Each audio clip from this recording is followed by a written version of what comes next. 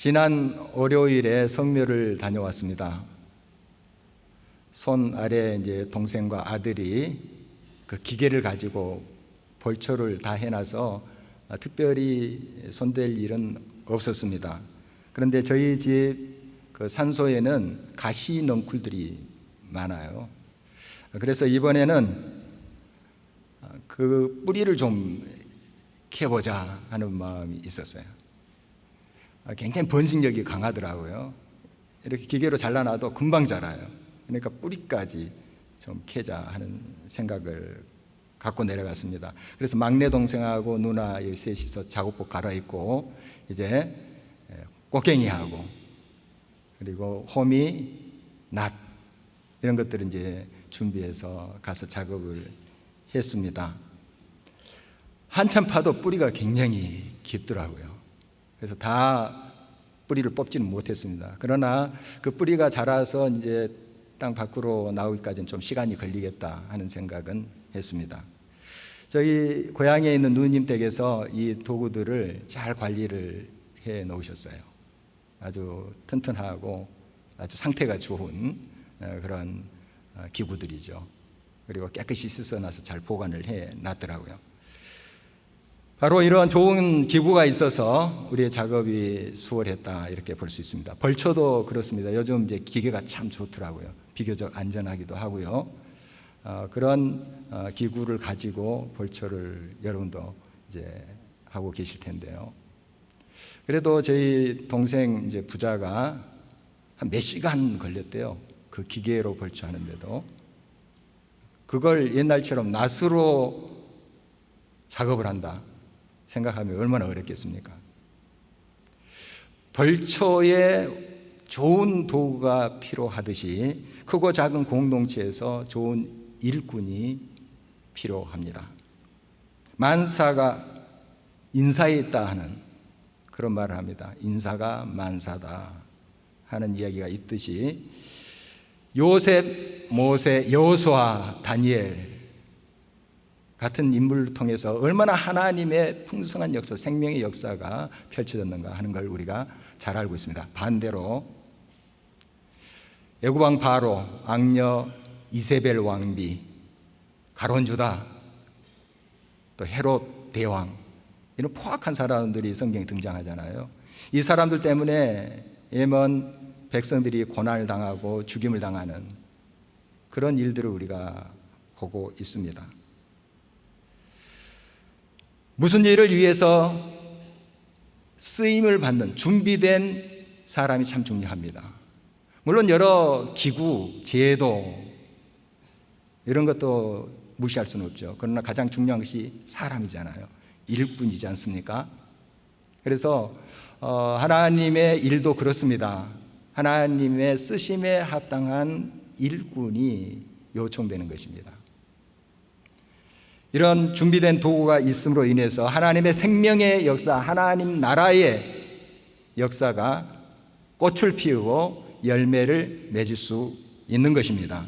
오늘 하나님께서 주신 말씀을 통해서 다시 한번 하나님의 쓰심에 합당한 일꾼이 어떤 사람인지 한번 살피고 바로 저와 여러분들이 그 쓰심에 합당한 일꾼으로 응답했으면 좋겠습니다.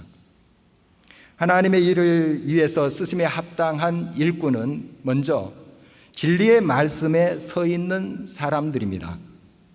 15절 말씀을 다시 한번 주목해 봅니다. 너는 진리의 말씀을 옳게 분별하며 부끄러울 것이 없는 일꾼으로 인정된 자로 자신을 하나님 앞에 드리기를 힘쓰라 이렇게 말하고 있습니다. 하나님의 훌륭한 도구로 쓰임받는 사람들 공통된 점이 있어요. 말씀의 사람들입니다. 그들이 성경 말씀에 대한 지식이 많다 하는 걸 말하지 않습니다. 자기의 생각과 판단을 늘 비우고 내려놓고 하나님의 말씀에 귀를 기울일 줄 알고 자기의 자금을 알고 하나님의 크심을 인정하면서 하나님의 그 말씀에 순종하는 자들이 진정 말씀의 사람이라고 볼 수가 있습니다. 하나님의 말씀은 진리입니다. 이 진리가 우리 속에 온전히 들어올 때 우리는 자유함을 얻게 됩니다. 진리를 알지니 진리가 너희를 자유케 하리라 하는 말씀이 이것입니다. 그들의 삶에 어려움이 없다는 것이 아닙니다. 난관이 없다는 것이 아니에요. 좁은 길이 있고 어떨 때는 가시밭길이 있을 수도 있습니다. 그러나 진리가 있는 사람 항상 자유합니다. 좁은 길을 걸으며 밤낮 기뻐할 수 있습니다. 왜? 진리가 자유케 하기 때문에 그렇습니다. 반대로 여러 편법과 또 속임과 거짓과 불의로 평탄한 길을 걷는다고 합시다. 승승장구한다고 합시다. 그 삶에는 항상 불안함이 있어요. 불의와 거짓의 속성이에요. 사람들은 야, 훌륭하다, 대단하다, 많은 걸 성취했구나 이렇게 이야기할 줄 몰라도 그의 인생은 벌써 불행해지고 있는 것입니다. 진리의 말씀이 있을 때만이 우리의 삶은 진실해지는 거예요. 그러나 하나님의 말씀이 우리 속에 없고 나의 주관과 생각과 세상의 통념과 세상의 시스템에 그대로 묻혀서 지나갈 때는 부끄러움에 빠질 수밖에 없다 하는 게 성경의 이야기고 너무나 명확한 공식인 거예요. 날마다 우리는 진리의 말씀에 서야 됩니다. 비록 불이익을 당한다 할지라도 어려움이 있다 할지라도 좁은 길이라 할지라도 진리의 말씀에 순종해야 하는 것입니다. 하나님의 말씀에 굳게 서기 위해서는 자기를 항상 비워야 합니다. 자기의 생각과 자기의 주관으로 가득 차 있으면 안 들려요. 듣는 것 같지만 안 듣고 있는 거예요. 여러분의 생각을 비우셔야 돼요. 말씀을 묵상할 때 또 들을 때도 마찬가지입니다. 항상 나를 비우고 주님이 뭐라고 말씀하시는가, 하나님이 이 시간 내게 뭐라 하시는가를 들을 수 있어야 됩니다. 우리가 거짓과 불의에 빠지는 것은 바로 하나님의 말씀을 온전히 듣지 아니한 연고입니다. 그러니 진리 대신에 불의와 거짓이 우리의 마음을 주장하는 것이죠. 그래서 항상 우리 자신을 주님 앞에 내려놓고 하나님 앞에 믿음으로 나가야 될 이유가 여기 있습니다. 이 하나님의 생명의 말씀, 진리의 말씀은 우리 가운데 들어와서 빛이 되고 길이 되고 생명이 됩니다. 하나님의 말씀은 지금도 살아서 역사하시는 말씀이기 때문에 그렇습니다. 여러분, 항상 그 하나님의 말씀에 기울이고 그 말씀을 꼭 붙잡는 말씀의 사람들이 되기를 간절히 바라는 것입니다. 디모데가 목회하고 있는 곳 에베소는 학문과 문화가 꽃피었던 곳이지요. 지금도 그 유적지에 가면 굉장합니다. 물론 건물들이 많이 무너졌지만 그 찬란했던 문화를 엿볼 수가 있어요.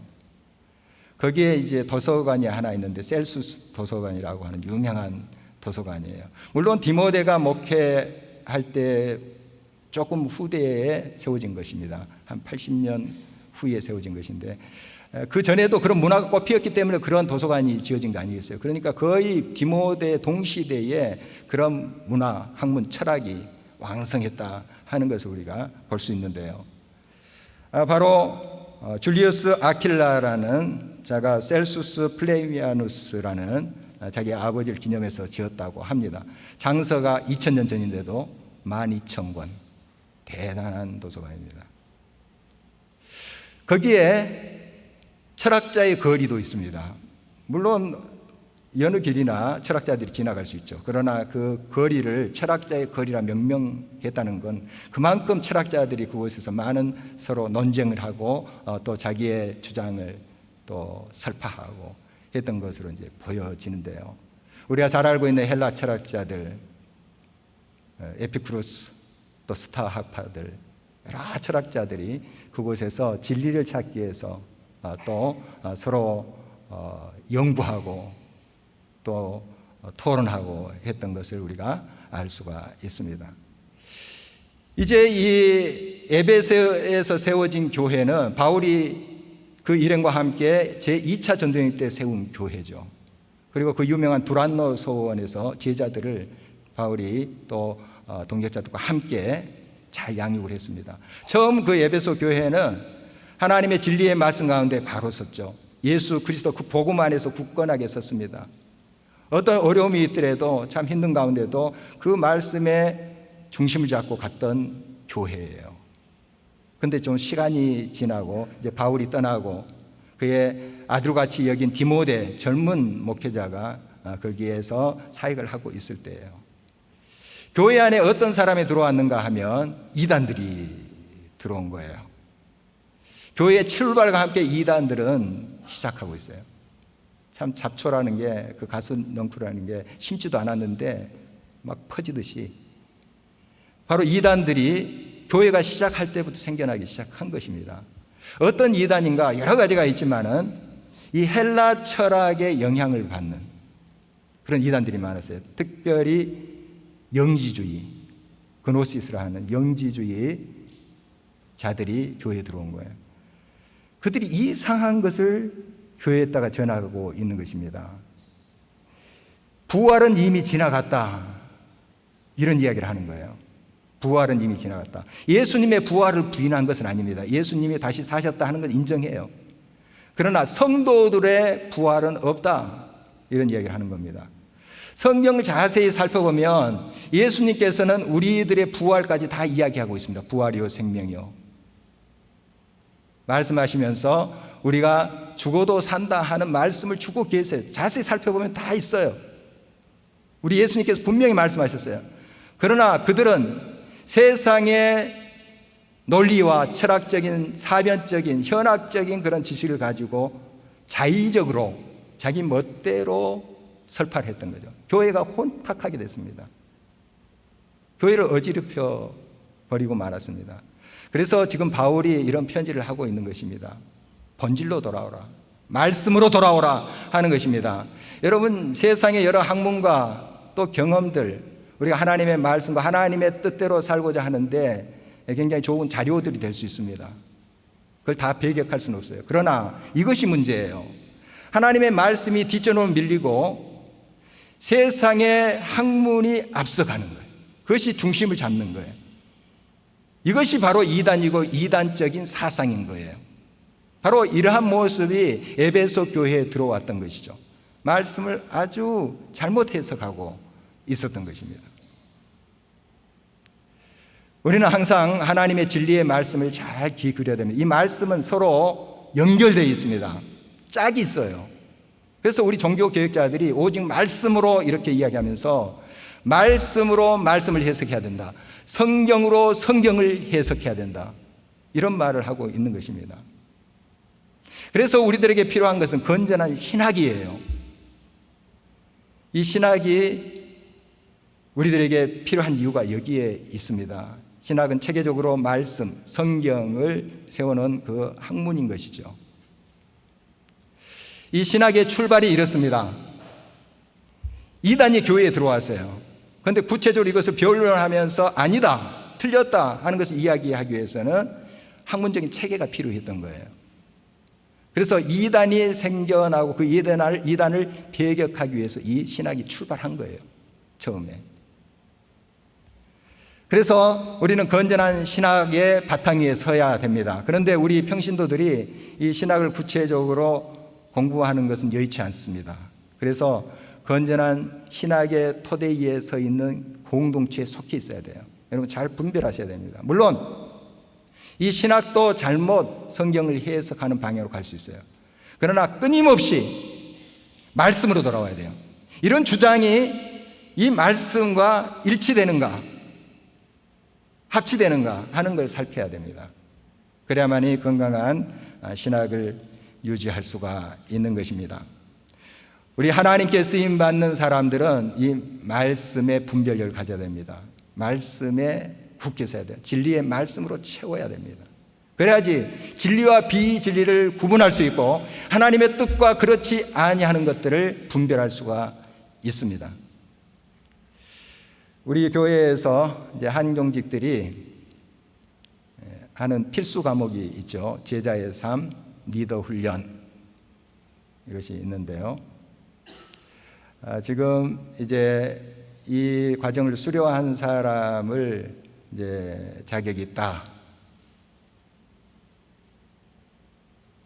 또 앞으로 이제 피택이 됐지만 이 과정을 수료할 것을 약속한 사람이 또 이 자격이 있다. 지금 그런 논의 중에 있습니다. 이게 조금 태도가 분명하지 않아서 좀 논란의 여지가 있습니다. 그래서 이번 당회 때도 이거 확실히 해야 된다 하는 이야기를 했습니다. 그런데 아직까지는 좀 유예의 기간을 가질 필요가 있다 해서 이제 피택이 되더라도 꼭 이 과정을 수료해야 되는 조건으로 그렇게 지금 진행되고 있습니다. 언젠가는 좀 명확하게 좀 정리가 돼야 될 부분이 이것입니다. 이 제자의 삶은 기독교의 여러 가르침, 정신을 주제별로 세우는 것입니다.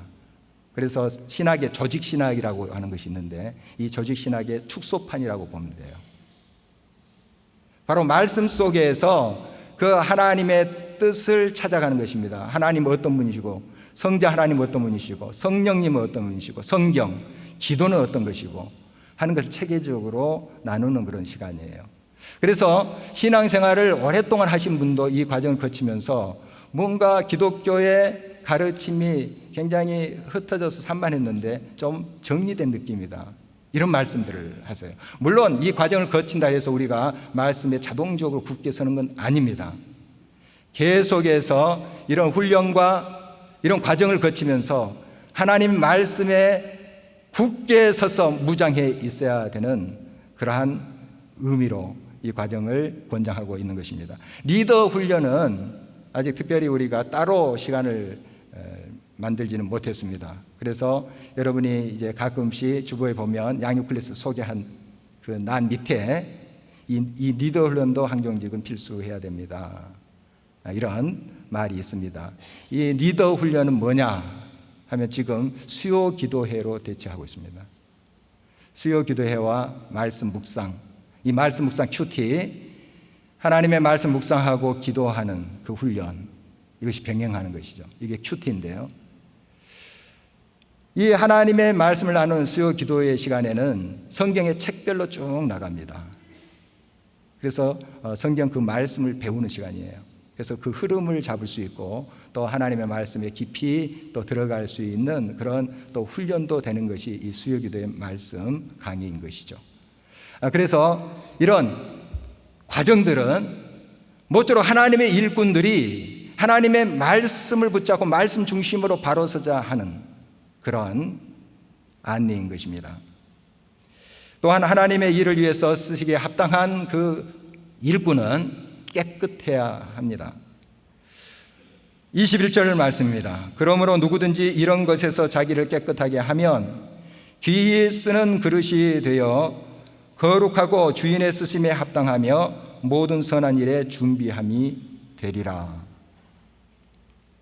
금그릇, 은그릇, 흙그릇, 세상 여러 가지 그릇이 있어요. 세상 사람들은 야, 저 금수저네, 금그릇이네 하고 대단하게 봅니다. 저 흙수저, 흙그릇 하찮게 보기도 해요. 물론 다 그런 것은 아니지만 그런 사회 분위기가 있습니다. 그러나 하나님의 관점은 완전히 다릅니다. 어떤 재질의 문제가 아니에요. 하나님은 어떤 것을 보시느냐, 깨끗하냐 아니냐 하는 것을 봐요. 깨끗하냐 아니냐, 성결하냐 아니냐 하는 것이에요. 우리 인간이 완벽하게 깨끗해질 수 있나요? 우리 스스로 노력으로 거룩해질 수 있나요? 아니죠. 그래서 우리의 약함을 알고 부족함을 알고 주님의 크심을 알고 주님께 의지하자는 거 아니에요. 나의 잘못되고 나의 부족한 것을 고백하자는 거 아니에요. 그러면 그는 미쁘시고 의로우사 우리를 깨끗게 하신다 하는 것, 하나님의 말씀인 것입니다. 여러분, 그러므로 항상 하나님 앞에 겸손히 나가서 성결한 삶으로 우리가 항상 응답해야 되는 것입니다. 우리가 깨끗한 그릇이 되기 위해서 오늘 본문에서 몇 가지를 우리 삶에 적용을 했으면 좋겠습니다. 먼저 불의와 거짓에서 떠나야 합니다. 19절입니다.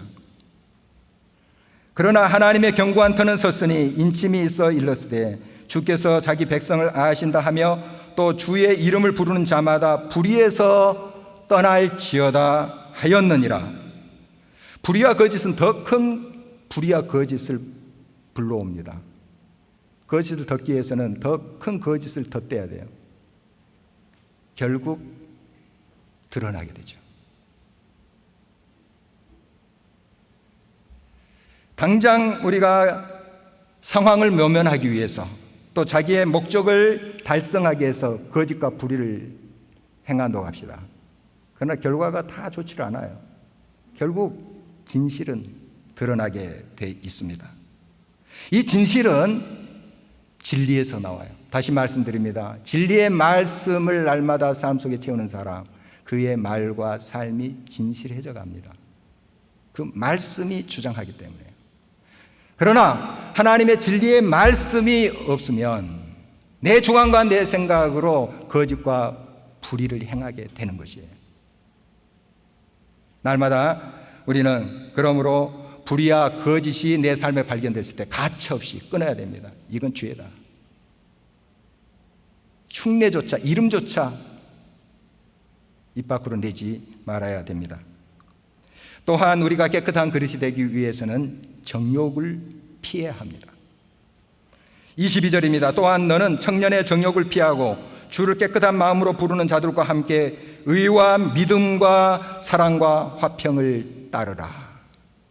청년의 정욕이라고 지금 표현을 하고 있는데요. 물론 디모데가 지금 젊은 목회자예요.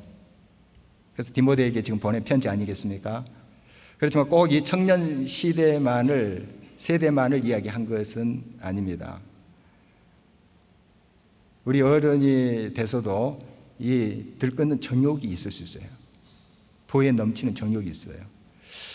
이 정욕이 약했을 때는 좀 조정이 가능해요. 이게 잘못됐는데, 이게 불의한 것인데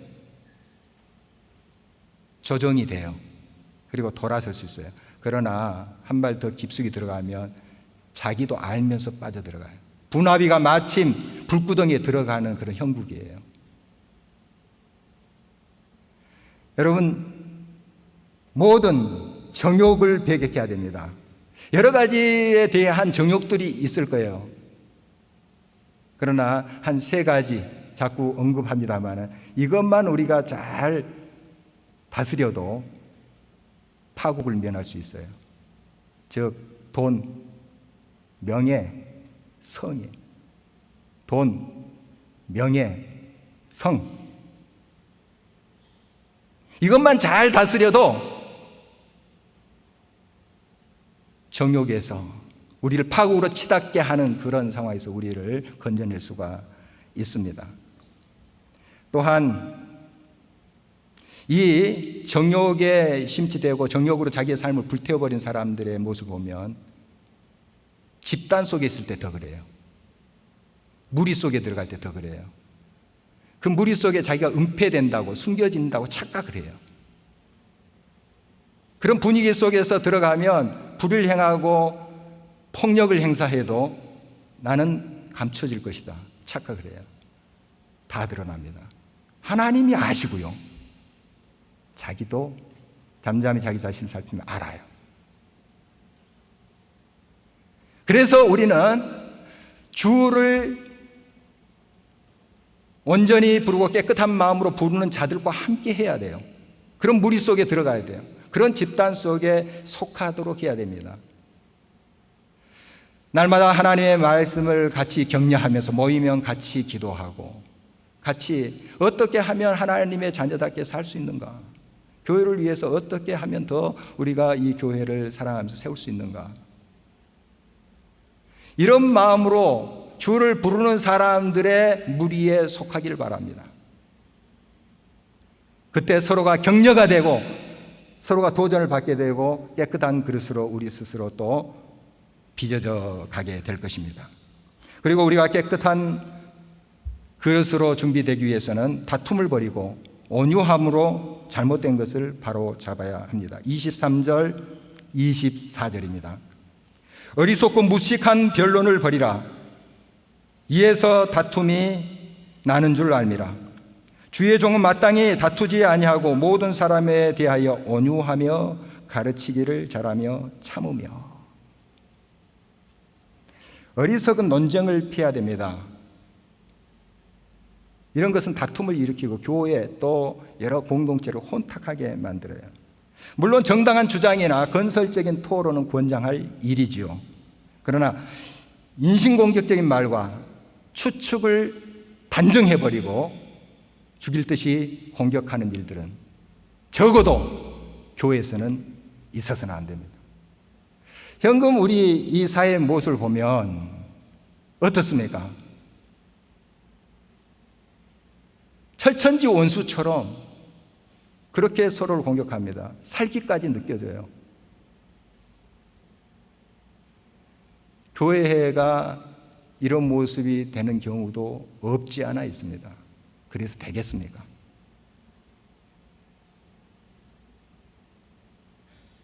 그래서 되겠습니까?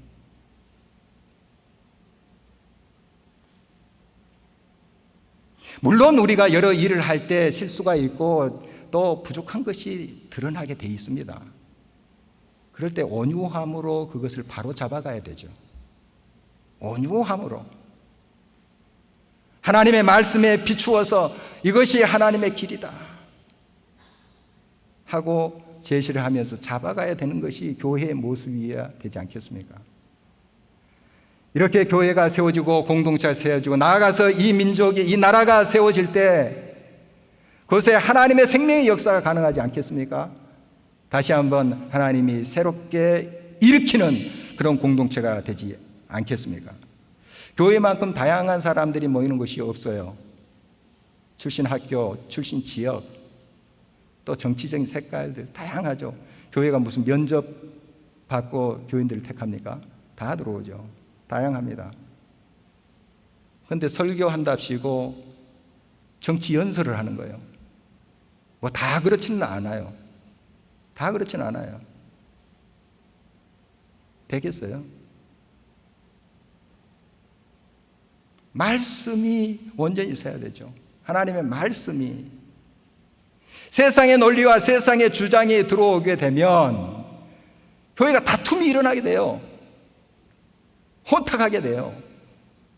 그러므로 하나님의 말씀, 진리의 말씀에 바로 서야 되고 항상 하나님의 깨끗한 그릇으로 내가 서가고 있는가 점검해야 되는 것입니다. 하나님의 쓰심에 합당한 일꾼이 필요할 때입니다. 그 어느 때보다도 이런 일꾼이 요청되고 있습니다. 나라도 그렇고 교회도 그렇습니다. 나라의 국무위원이나 교회의 항정직 마찬가지입니다.